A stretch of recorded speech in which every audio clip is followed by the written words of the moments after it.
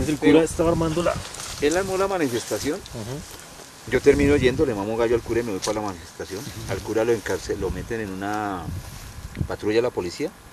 Me tienen, ¿no? por un buen rato. De eso a la gente ¿Pero hubo confrontación y todo?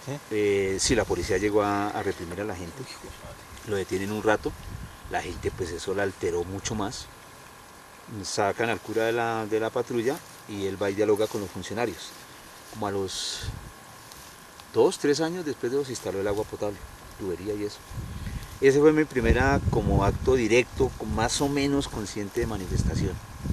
Ya en adelante yo sigo en la escuela, termino a trancas y a mochas, entro al INEN y me hablo del consumo de marihuana, de los robos pequeños que hacíamos, por 2 razones fundamentales. Una, porque en alguna actividad comunitaria, en un salón comunal, presentan una película, que eso era muy común, presentar cine en los salones comunales. Dentro del salón, unos bandidos que hacían parte de la banda de nosotros éramos los chiquitines, los benditos violan a una niña. ¿Sí? Yo veo eso y nos le fuimos encima a los manes con puñaleta. Nosotros sabíamos usar puñaleta, machete y escopeta. ¿Sí? No lo alcanzamos a coger. La niña pues quedó vuelta a nada, quedó embarazada, aún vive, y quedó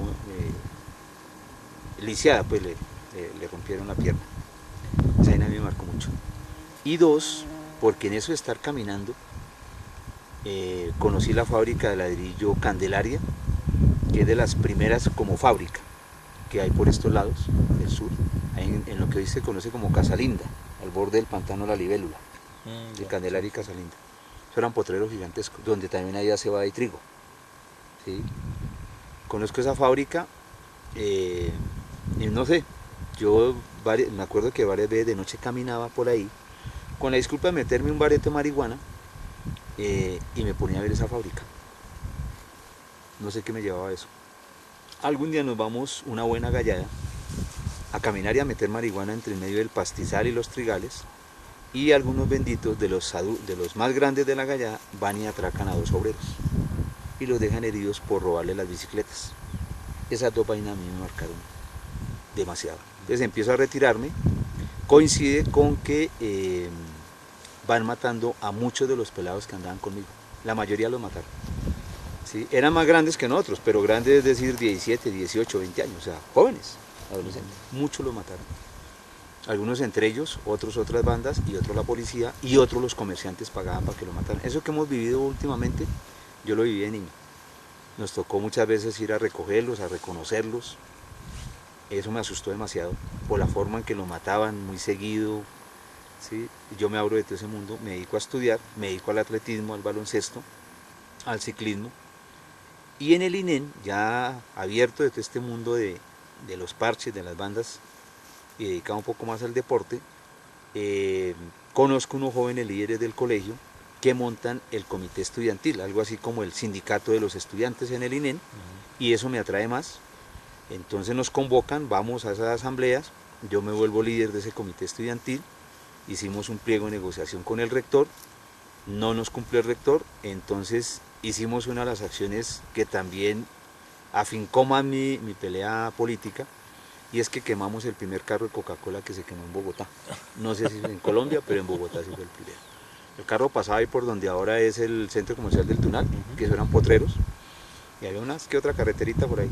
Pasó por ahí los jóvenes mayores que nosotros, que luego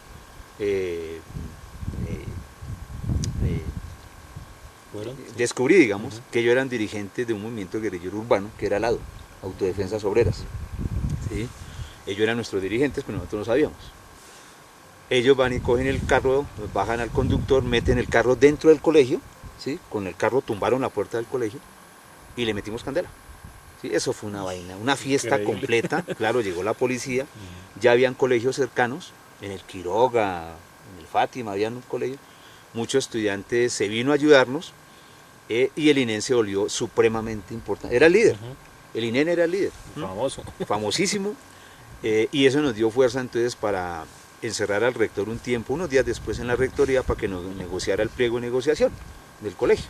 Entonces El liderazgo en nosotros creció mucho, le cogí mucho gusto al estudio, también de la manera de informar como siempre lo he hecho, pero gusto por el estudio. Y ese gusto por el estudio lleva a que yo sobresalgo en algunas materias, filosofía, matemática, literatura, pero insoportable en la disciplina.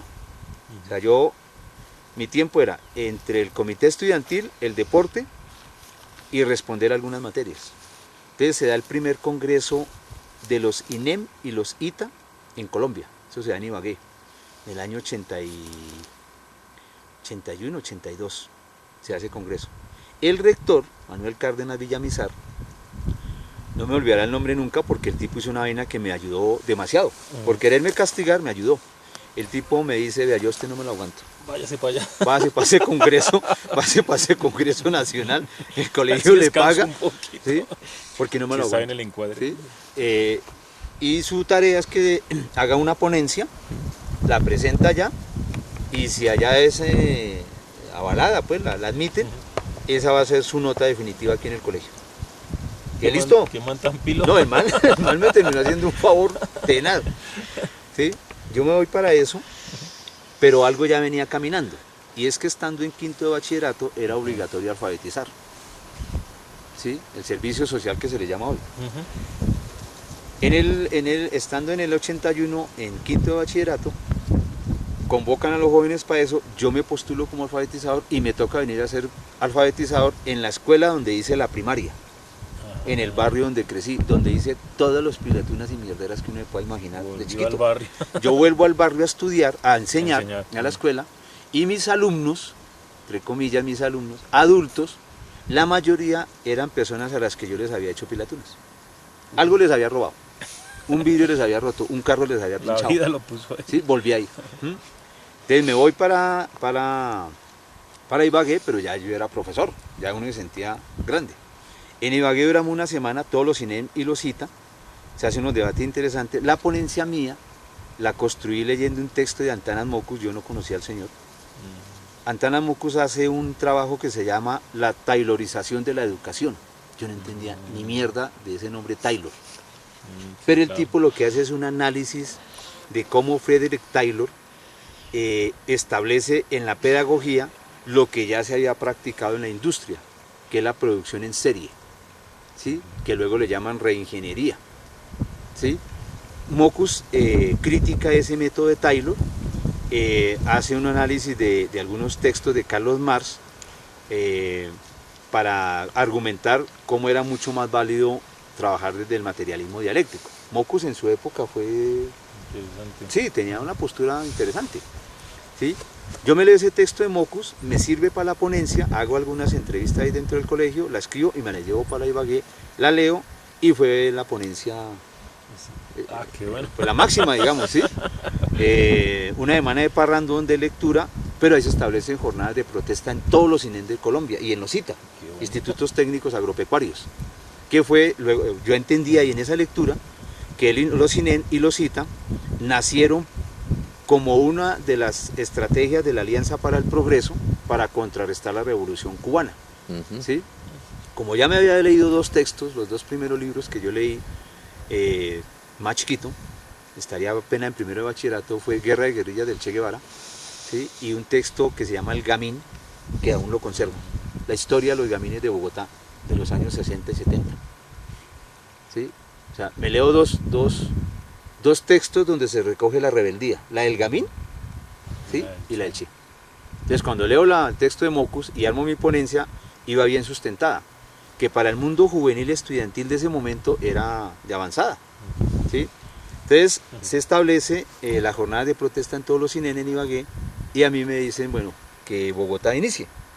¿Cuál sería la tarea que van a hacer allá en Bogotá los estudiantes del INEM del Tunal? ¿Sí? Entonces era apenas lógico que a mí se me ocurriera decir y hacer lo que propuse, tumbar la puerta y las rejas del colegio, porque yo nunca he sido encierro. A mí las puertas, las ventanas me ofenden. A la fecha de hoy yo dejo la puerta donde vivo abierta. Yo no echo llave. Yo boto las llaves. ¿Sí? Se ve que yo llego a la escuela y abro todas las puertas. Es instintivo. Entonces regresamos al INEM, efectivamente, y tumbamos las puertas y tumbamos la reja. Pues se armó el mierdero con el rector y nos iban a echar. ¿Sí? Como no me pudieron echar, me hicieron perder el año. Yo repetí sexto de bachillerato por eso. No por males estudiantes, sino por indisciplinado, por gamín, por rebelde. ¿Usted no le dijo que era parte de su ponencia? La segunda parte. Sí, no, yo expliqué todo eso en la asamblea del colegio, pero eso no lo iban a admitir. ¿Sí? Y bueno, ahí ya luego termino, entro a la universidad, pero ya venía siendo profesor de adultos, con la particularidad de que, siendo esos adultos personas a las que nosotros habíamos afectado en la niñez, yo hago, la monja que coordinaba la escuela de alfabetización en San Francisco se entera de eso, de que yo había sido un ladronzuelo, marihuanero, y que algunos adultos no querían recibir clases de mí, ¿sí? Entonces ella me confronta con los adultos, yo les digo sí, yo hice eso, pero ya no lo hago. Y la señora me pone a hacer algo en la asamblea, más para ridiculizarme. Tenía otra intención la señora, pero para mí fue muy grato porque hice mi primer acto de perdón en público. Me reuní a todos los estudiantes, a los profesores que eran bachilleres vecinos, también, ¿sí? Y a los vecinos, y las monjas y el cura. Y me puso el micrófono, pero a mí me gusta tanto el micrófono. Ahí lo reivindicó. A que explicara qué había hecho cuando niño y que le pidiera perdón a todos. Y yo lo hice. Yo hice esto. Un poco lo que le estoy relatando, yo lo relaté ahí, con más detalle. A don Julano, me acuerdo mucho. Don Alfredo Castro, le pido que me perdone porque yo le robaba a usted las frutas. ¿Sí? Al cura, pido que me perdone que yo le pinché el carro. Cada vez que veía el carro yo lo pinchaba. Era una goma mía pincharle el carro de semana. Y así, relaté varias cosas, pues le pido que me perdone. No lo volví a hacer, no lo vuelvo a hacer. Y la gente me aplaudió y me perdonó. ¿Sí? Y terminé 9 años en esa escuela, ya no solamente dictando clases, sino como coordinador. O sea, yo era un rector chiquito en la nocturna. ¿Sí? Le metimos 300 estudiantes a esa escuela, fue la más grande de la alfabetización.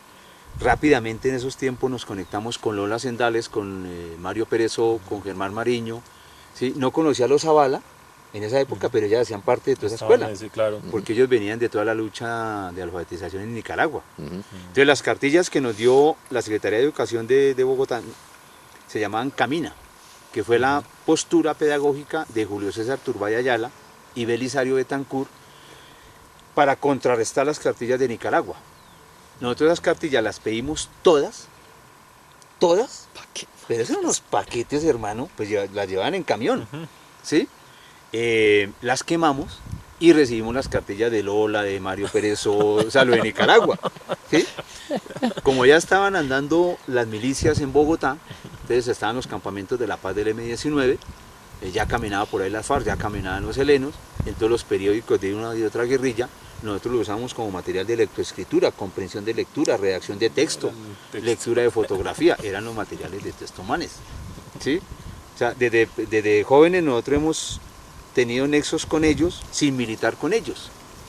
O sea, es la forma como hoy les seguimos diciendo, la militancia es por convicción, no por orden, sino por disciplina de mando, ¿sí? Que nos hemos podido entender bien con ellos desde esa época. Al ser la más grande, 300 estudiantes, coordinada por unos, todas las izquierdas siempre nos denominaban así, por unos hijueputa anarquistas, pues esa escuela era apetecida, ¿sí? Las otras eran más pequeñas, ¿sí? Ayudamos a construir muchas escuelas en Ciudad Bolívar y en Bosa a construirlas. O sea, la gente nos daba el lote y nosotros con tela de parol, la negra, como ya habíamos aprendido a invadir barrios también, todo eso se va dando ahí paralelo. ¿Sí? Todo Jerusalén se había recuperado esa tierra, ¿sí? O dirían otros, se invadió. Claro. ¿Sí? Ahí aprendimos a hacer casas de parol a toda mierda. Usted tiene 2 horas para hacer su casa, ¿sí? Porque se mete ya y si no el lote lo pierde. Entonces eso lo aprendimos. Entonces para hacer la escuela hicimos el mismo camino. Tela de parol, 4 varas, unas tegas de zinc o plástico y ahí montábamos salones. Los pupitres los hacíamos con madera del sector, ¿sí? Muchos barrios se hizo así. Porque las escuelas oficiales no nos las volvieron a prestar. Nosotros mantuvimos en algunas, pero por fuerza, porque hay respaldo. Pero los comunales, los curas, la Secretaría de Educación no nos prestaban ya otras escuelas. Entonces las hacíamos y se montaron en Ciudad Bolívar por lo menos unos 20 o más centros de alfabetización de adultos, que se convirtieron realmente en escuelas políticas. Realmente. Y los adultos, para el caso de nosotros, se convirtieron en profesores, porque al entrar ya cogerle el gusto a la alfabetización, a la educación popular, leyéndolo en Nicaragua, estando en la Universidad Nacional, el combo que nos asumimos en San Francisco, pudimos leer a tiempo textos, por ejemplo, de Celestín Freinet, uno de los grandes pedagogos que ha tenido la humanidad, de Henry Wallon, y por supuesto de Anton Makarenko. Para mí Makarenko se volvió la Biblia mía en la educación popular. Entonces leer eso, y habían estudiantes de universidades que vinieron a enseñar, pero respetaban la coordinación de nosotros, nos enseñaron mucho. Me acuerdo mucho de Ricardo Arias, por ejemplo, ¿sí? Nos enseñaron mucho. Y eso, la lectura de estos maestros, sus experiencias, la de Celestín es en Francia, la de Henry Wallon también en Francia y Suiza, la de Schumergil es en Inglaterra, la de Makarenko en Rusia, la experiencia Mondragón en España. Haber leído todo eso sin que lo comprendiéramos a fondo, o sea, hoy toca volverlo a leer. Nos permitió ver que allá ellos en Europa y en Rusia a los adultos los ponían a dictar clase sobre un principio básico. Por el solo hecho de usted ser obrero, tiene un conocimiento que nosotros no lo tenemos desde la academia. Entonces, las clases, ellos nos las dictaban. Por ejemplo, una mujer que luego se convirtió en mi primera compañera, mayor que yo, ¿sí? Que me crió 10 años, me mantuvo la vagancia toda. Yo andé medio país financiado por esta mujer, ¿sí? Porque tenía un buen sueldo, ¿sí? Además me quería mucho y muy bellísima además. Soñado. Luz Marina Sánchez. Ella era modista, entonces ya la pusimos a que nos dictara la clase de geometría. Pero no era una vaina pensada, planeada, no, sino algún día yo fui a su casa y la vi con sus escuadras haciendo los moldes para la ropa. Como era alumna mía, uno aprovechaba entre comillas ese don de profesor. Entonces se la monté, mamita, usted dicta la clase de geometría. Y ella dictaba geometría. Y el alumno que era carpintero, nos íbamos al taller de él y él nos complementaba la geometría, y de ahí yo pude explicar algunas cosas alcancé a avanzar con algunos estudiantes a explicarles vainas de álgebra, pero de la mano del carpintero. Manejar herramientas y hacíamos muebles. Además, hacíamos muebles o los reparábamos, ¿sí? Los manes, los estudiantes que eran de la plaza. Entonces, toda la vaina de biología, de botánica, ellos nos la dictaban. Entonces, llevaban cebollas, lechugas, todas las vainas, ¿sí? Y sobre eso se hablaba de la composición de la célula, de los estambres, los pistilos, todo lo que contiene la flor, etc. ¿Sí? Y se volvió a la práctica. Las otras escuelas estaban controladas por una de las fuerzas políticas, o la UP, o la FARC, o el M, o Aluchar, o el PLA, ¿sí? La nuestra no. Entonces estos benditos de las izquierdas, como sucede hoy, nos metieron compañeros de ellos a dictar clase con nosotros. En una asamblea que se hizo de escuelas de alfabetización, los manes hábilmente en esa asamblea dijeron, es necesario que nos integremos, ¿sí? Lo que hoy llamamos articulación, esa misma mierda. Es necesario que nos integremos y que nos rotemos por las escuelas para compartir experiencia. Lo que hicieron fue que nos metieron gente de izquierda, ellos, guerrillos o no guerrillos, pero gente a dictar clase, para quitarme a mí la coordinación. Lo que se les olvidó es lo mismo que se les sigue olvidando hoy. La misma constante, Javier y Jorge, que nosotros tomábamos con los alumnos, echábamos tejo, echábamos rana, teníamos la noviecita ahí, seguíamos yendo a ayudar a echar una plancha de concreto, a abrir una chamba para un tubo. O sea, mantuvimos lo que siempre hemos sido, el trabajo comunitario. Y eso genera afecto. No es discurso, es afecto. Estos otros no, estos otros llegaron como intelectuales, ¿sí? Entonces la gente no lo reconoció. Por lo tanto, cuando quisieron sacarme la coordinación, pues se hizo asamblea de estudiantes, 300 estudiantes a votar, y los 300 votaron que yo siguiera coordinando. Entonces los eché.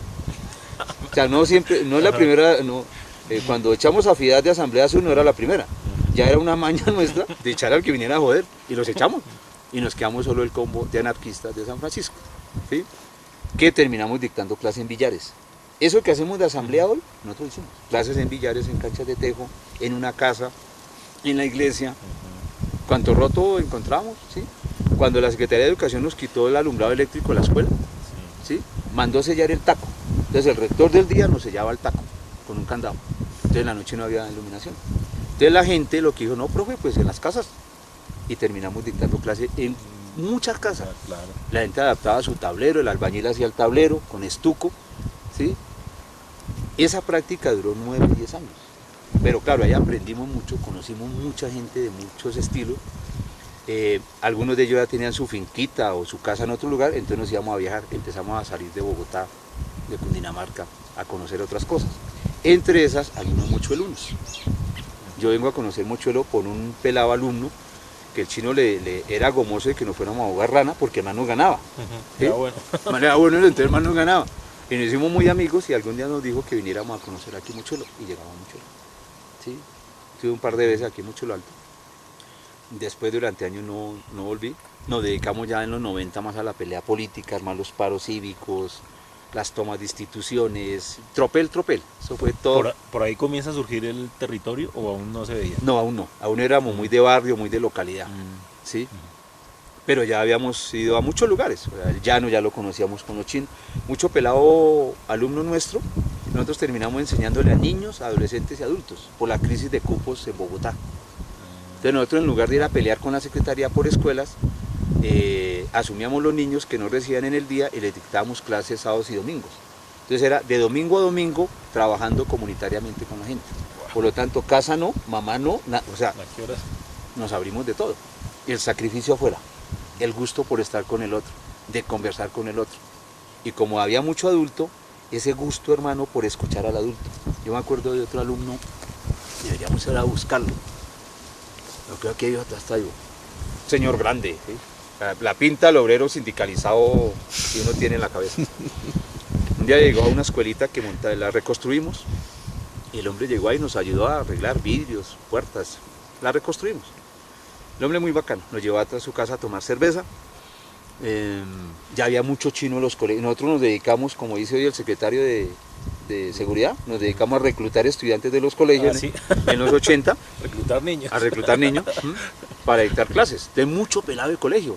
De ahí, de Quiroga, el Tunal, mucho chino. Y mucha noviecita en el camino. Eso era para todo. ¿Sí? Entonces nos fuimos a echar cerveza con el tipo, sí que me olvidé el nombre. Ya, hable carreta. Y en la mesa de él vi una cantidad de billetes desconocidos para mí en otro idioma. Sí. Entonces, ve, hermano, ¿y esta vaina qué? Bueno, es que yo los colecciono y tal, y nos contó, es que yo soy obrero soldador 000. Y que esa huevonada. Somos los más expertos en soldadura porque nosotros nos tocó hacer los tanques subterráneos para guardar el petróleo. Ya como habíamos avanzado en la vaina política, ¿sí? Pues venga, cuéntenos la historia. El man fue obrero en Irak, haciendo tanques para el petróleo en Irak y tanques de agua en Irak. Él alcanzó a sentir la presencia gringa antes de que lo invadieran. Y nos contó toda esa historia. Uy, no, hermano, usted tiene que editar esa clase. Clase de irata. Clase, entonces, de historia y geografía. Yo para esa época me conseguí una geografía que aún la conservo, magistral, hermano. Entonces el tipo dice, no, pues lo que pasa, profe, es que pues yo ayudé con la escuela y voy a seguir ayudando y quería brindarle esta cerveza, y no sé qué, porque quiero pedirles un favor. Yo no tengo estudio. ¿Cómo? No, yo no tengo estudio. Yo soy obrero empírico. Y yo necesito mi cartoncito de 5º de primaria para que me den otro trabajo. Y no, huevón, la tiene listo, eso, para trampa la hacemos, no hay problema. Con todo lo que sabía. Ya eso se hace. Yo ya andaba con gente zurda mayor, más mañosos, ¿sí? Y sabía que en San Victorino, hermano, usted conseguía una loca recién bañada y un alcacercer falso, lo vendía, ¿sí? Entonces el tipo lo llamó a la escuela, él dictaba clase de historia, me relataba todo eso, y en la casa por la noche, porque a él le daba pena, yo le dictaba lectoescritura, aritmética, lo elemental, formal, para que él lo manipulara de esa manera, porque él lo sabía. ¿Sí? Y ahí me basé en una cartilla de Germán Mariño. Germán Mariño hizo una investigación sobre los 70, 80, y esa cartilla aún la conservo, donde el hombre pilló que el obrero, sobre todo el que trabaja como tendero, como vendedor de carne, como en la plaza, aritméticamente ellos suman horizontal y no vertical. Es un descubrimiento para mí poderoso. Entonces apliqué ese método con este señor y el man. Los 5 años de primero de primaria, 5º de primaria los hicimos en 6 meses echando cerveza en la casa de él. y le dimos el cartón de quinto de primaria, lo graduamos. Ese man, hermano, una fiesta, enamoradísimo, se hizo fiesta y luego siguió como profesor de la escuela. Entonces, experiencias de esas hubo muchas y ese fue el afecto que se construyó. Cuando ya en los 90 nos metemos a los paros, sobre el 85, 86 ya venían dando muy fuerte el trabajo, sobre todo del LN y del M, fuerte. Entonces ya teníamos más experiencia, más conocimiento de cosas, entonces nos íbamos a convocar a la gente para los paros, para las marchas, para las asambleas. Se crea el Sindicato Nacional de Madres Comunitarias aquí en Ciudad Bolívar, de la mano de muchas de las señoras que han sido alumnas de nosotros. Entonces era muy fácil convocarlas porque había mucho cariño. Entonces la invitamos y llegaban. Ahí llegó lo de la Asamblea del Común. Ahí se fue conformando la Asamblea del Común, que luego la reafirmamos ya duro al final de los 90. Cuando metemos lo del paro cívico, que duramos 2 años preparándolo, todos esos alumnos nuestros fueron la base del paro, de todas las escuelas, de todas las izquierdas, pero fue tan contundente ese paro, ¿sí? Porque había un alumnado ya con alguna formación política, alguna visión crítica, ¿sí? Entendimos muy bien la diferencia entre liberales, conservadores, la historia de la NAPO, toda esa historia ya lo habíamos hecho. Nos cierran las escuelas, nos dedicamos a lo que es ya la movilización popular. Las izquierdas ya dirigen eso, nosotros estuvimos un tiempo ahí como los pequeños, digamos, porque no éramos de ninguna organización, éramos los anarquistas. Los anarquistas llaman los borrachos, ¿sí? Entonces a nosotros no nos dejaban dirigir, ¿sí? Entonces llegaron los duros de las fuerzas políticas. Nosotros le metimos de todas maneras ya una mejor relación con todas las fuerzas, se da el paro, se logran avances, conocemos los tierreros como Álvaro y como Mario. Puta, ese man nunca hay que olvidarlo, el maestro de Álvaro Gómez. ¿Verdad? Alguna vez contó eso. Ya ahorita lo recordaré. O sea, todos esos tierreros los conocimos a Forero Fetecua, a Guerrero al cura Saturnino. Ya Saturnino había montado su cooperativa, que fue un ejemplo magistral que con Javier hemos hablado y hay que hacerlo, hay que reconstruir y escribir eso. Más hace poco me encontré con un amigo que camelló con Saturnino, al lado de Guerrero Estrada. Se conoce toda esa historia, ¿sí? Toda, hermano. Diferente al viejo que conocimos aquí. Diferente. Tiene otras versiones. ¿Listo? Ya tengo el contacto del amigo. Y me dijo, cuando quiera Oscar, venga a la casa a vivir el 20 de julio. Vamos, lo entrevistamos. Ay, ese man, hermano, y conoce los liberales por dentro. Toda esa mierda, el man sí la conoce adentro. Y le gusta hablar, además. Además, al man le encanta hablar. De eso. Y con confianza cuenta muchas cosas. Entonces conocimos todo ese tipo de gentes, el liderazgo comunal de izquierda, lo logramos posicionar en Bosa, Ciudad Bolívar y San Cristóbal, Usme, ya Nelson Cruz, por ejemplo, ya era un líder totalmente destacado, es cuando el man se va para Usme después del paro cívico del 93, ¿sí? O sea, hay una fuerza política de izquierda que se extiende por todos los 90, y esa fue la vida nuestra. Pero en medio de esa lucha política de Ciudad Bolívar, donde las izquierdas dirigían, ya la pelea con la SAL, con las alcaldías locales que aparecen sobre el 91, 92, el paro fue un gran triunfo. Sin embargo, algunos de nosotros, los anarquistas, los borrachos, veíamos esa vaina que por ahí no era.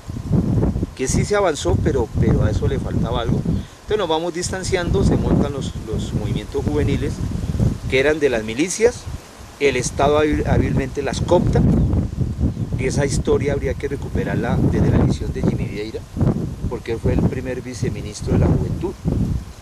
Él venía de la corriente de Renovación Socialista, ¿sí?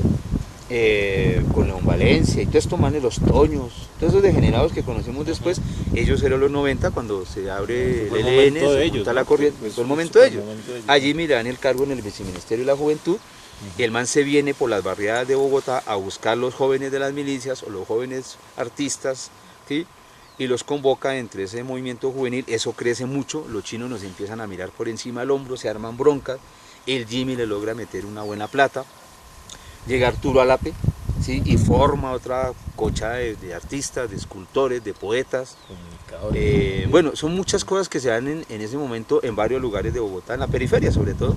Ya entendimos muy bien el papel de las Naciones Unidas, la postura mía frente a las Naciones Unidas, que actuó con mucha fuerza en Suba, Santa Fe y Ciudad Bolívar.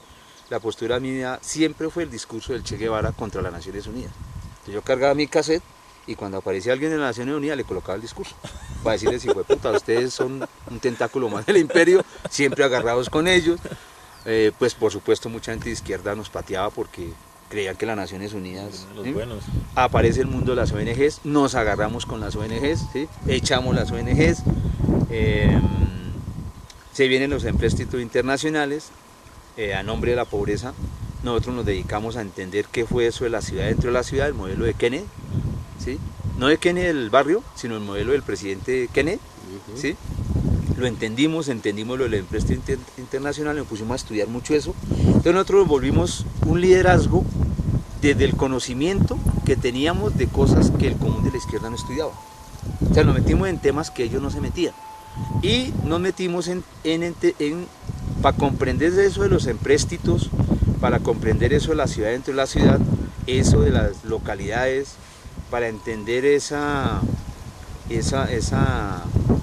fuerza con que imponen la sala y la alcaldía locales. Nos tocó movernos más por Bogotá. Entonces ya fuimos a la academia, sobre el 94 nos conocemos con Eduardo Maña Mendoza, semejante maestro, con Carlos Torres, con Hernando Gómez en el 95, ¿sí? Y alrededor de ellos otra cochada de académicos.